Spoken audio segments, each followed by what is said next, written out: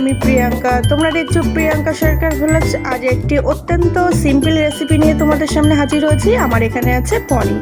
আমি পনিরগুলো সব পিস পিস করে চৌকো চৌকো করে কেটে নিয়েছি। আর এই দিকে আছে আমার আলু কাটা। আমি আলুগুলো চৌকো চৌকো করে কেটে নিয়েছি। কড়াইতে দিয়েছি সাদা তেল। সাদা তেলটা গরম হলে তার ভিতরে দিয়ে দিয়েছি পনিরগুলো হালকা লাল লাল করে ভেজে নেবো। আর এইদিকে গরম জল করে নিয়েছি, তার ভিতরে দিয়েছি লবণ। এই যে পনিরগুলো আমি সামান্য হালকা লাল লাল করে ভেজে গরম জলের ভিতরে দিয়ে দিয়েছি। আর আমাদের এইদিকে তো শিলে বাটা চলছে।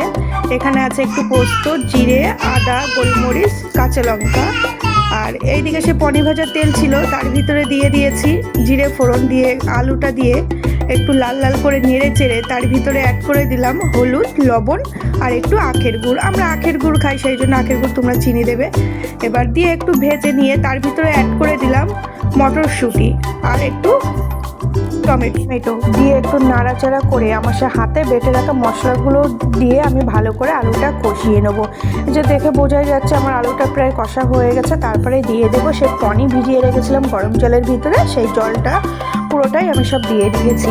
দিয়ে আমি থালাটা দিয়ে কিছু সময়ের জন্য ঢেকে দেবো, যাতে তরকারিটাও ফুটে ওঠে, আলুটাও সিদ্ধ হয়ে যায়। আমার যে আলু সিদ্ধ হয়ে গেছে।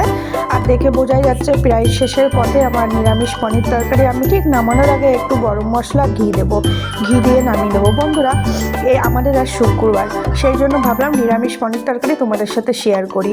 আর এই নিরামিষ পনির তরকারি ভাতের সাথেও খাওয়া যায়, বাড়িতে রুটির সাথেও বানিয়ে খাওয়া যায়। তাহলে দেখে বোঝাই যাচ্ছে আমার পনির তরকারি হয়ে গেছে। তোমরাও বাড়িতে এইভাবে একটু বানিয়ে খেয়ে নিও। আর আমার চ্যানেলটিকে একটু লাইক, কমেন্টে সাবস্ক্রাইব করে পাশে থেকো তোমরা। আর তোমাদের সবাইকে টাটা।